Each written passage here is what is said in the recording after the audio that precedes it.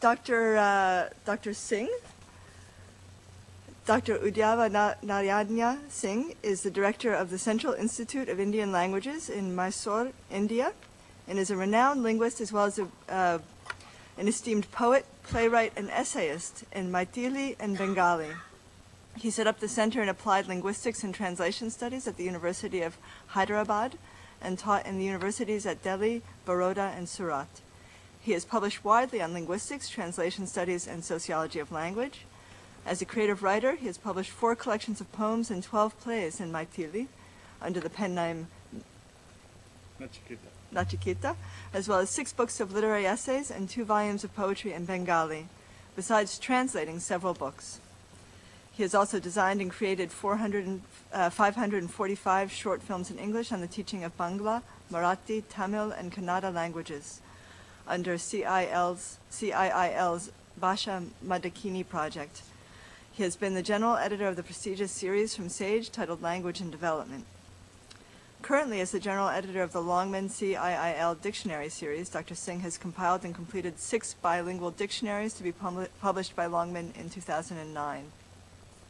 Dr. Singh was a poet invitee at the Frankfurt Book Fair, leader of the cultural delegation of writers to China, and has also visited and lectured in Bangladesh, the Caribbean, France, Germany, Italy, Nepal, Pakistan, Russia, Singapore, Sweden, Thailand, and the US, and received several grants and honors. Welcome, Dr. Singh. Thank you.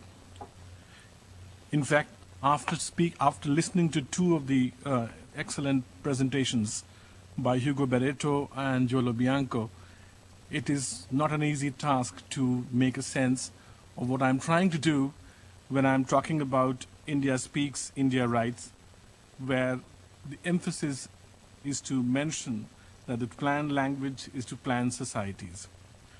In fact, if you look at the speech variation in the Indian context, I would like to give you a quote from a Times of India essay which was written by one of the reporters called Sandy Sundaram.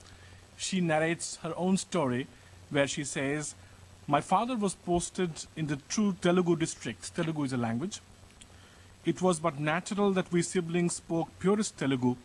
Grandma, being a true Tamilian, Tamil another language, made sure we also spoke Tamil, and the tutors gave us the basics of English. Mother, being a very wise lady, engaged a Hindi tutor. To complicate matters, father went to Calicut and Mangalore, making us reasonably proficient in Kannada and Malayalam." This is the order of the day in India, and there are many, many examples of this kind throughout the language planning literature, sociolinguistic literature in India, which will talk about this. So essentially, India speaks and writes in many, many languages, and language has always mattered to us. For instance, in the ancient Indian education scenario, one of the important things was considered to be absolutely essential for the princes or for the elites was to have a shiksha. What shiksha meant was phonetics, that is to be able to pronounce in different languages perfectly well. And in all ages, we always had authors who wrote in many languages. My own language, which is Maithili, had a poet, the poet laureate of Maithili, Vidyapati, in 13th, 14th century, who gave the famous slogan called Desil Bayana Sabjana Mittha. Mother tongue is dearest or the sweetest to all the people, irrespective of what kind of affiliations they may have. And this man wrote in Prakrit, in Abhatta, in Maithili, and in Sanskrit. It depends on what he wrote. When he wrote about the tours and travelogues and geography, he wrote in Sanskrit. When he wrote poetry, he wrote in Abhatta and Maithili. He also wrote in Prakrit. And that's important that, his plays, which was continuing with the tradition of Kalidasa, you would find a couple of languages being used at this point of time. In fact, if you look at the speech communities in India, almost all the speech communities will be multilingual, where there will be a base language within, and in the periphery, there will be other languages which come through acculturation. So there's a kind of peelable entity. Language is viewed in that particular manner in the Indian nation state. But at the same time, we are aware of a large number of languages which are still longing for freedom, longing for greater amount of use and their language rights in India. And I will come to the issue as to why I'm saying this, because if you look at the total statistics of Indian scenario, this is mind-boggling to see why exactly this is so. However, the institutes like ours, like Central Institute of Indian Languages, we've been working on so many languages. The National Tape Archive is located there, which has 118 language data. We also have a huge amount of other kinds of data, speech as well as audiovisual, the visual, vis-a-vis languages. So you have the film archive and so many other kinds of archives. Now, when you look at the options that we had when we started our journey in 1947 as a nation state, we could either talk about one language, one kind of party system, one kind of, the unity that we would like to bring. We could force a unity on India. But that's not the way India existed in earlier days. It has always been argumentative, as Amartya Sen brings out in his book called The Argumentative Indian. This is a tradition which has been there right from the beginning. Therefore, I would take you to Suniti Kumar Chatterjee, his statement in a book called in a book called Kirata Janakriti, where he says that India has always been a harmony of contrast.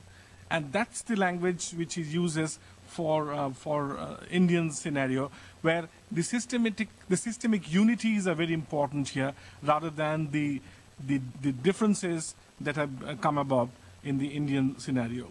So wherever, if you look at the Indian situation, you'd find that India has been standing at a plurality square, where you have a language, culture, society, and literature, and each one affecting the other. Because there are cases where the languages are different, but they share the same culture, or the cultures are different, but they share the same language. And if you look at it, it goes round and round. In case of Indian scenario, there are lots of changes that happen in one part of the country, and that affects the other part. So you have similar kind of examples which you can replicate from each of the language families in the country. If you look at the scenario from the South Asian scene, from the pattern of migration, you would notice that there has been a migration from the west to the east.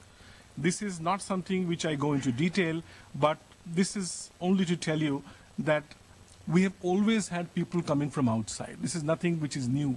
But how have we treated them? There has been initial clashes, there have been initial wars, but eventually they have settled it down in the country, and they mixed with the other population, and as a result, each of the languages that have come in through migration, through wars, through various other kinds of movements, they have all got integrated into the country. They got split into several other languages, but there are also some basic unities that existed in the country. And if you look at the west to east migration, and if you look at the genetic division in the South Asian scenario vis-a-vis the entire Asia, you find that South Asia, or India, has emerged as a linguistic area right from the beginning. This was only pointed out in 1958 by Murray B. Emino, but this had existed even from the earlier days.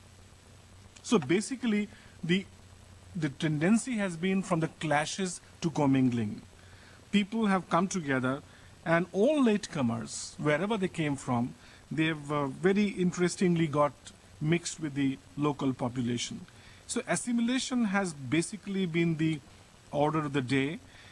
The assimilation that was talked about here by Suniti Kumar Chatterjee in the quote that I give here on the Indo-Europeans, they talked about the strengths of the Indo-Europeans who came into India, that they were very strong in terms of organization, in terms of discipline, in terms of warfare, mental vigor, and qualities, and they brought with them the language. But what happened eventually is that when they got mixed up with the local population, the Dravidians, the Austrics, the Tibeto-Burmans, they themselves split into so many parts.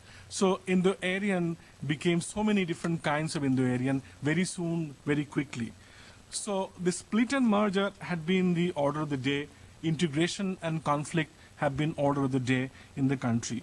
We understand that this is exactly the way the dialectics of the country worked, and this is something which is unavoidable. Now let me look at the complexity. As I told you that I'll give you an idea of the complexity of the Indian scenario.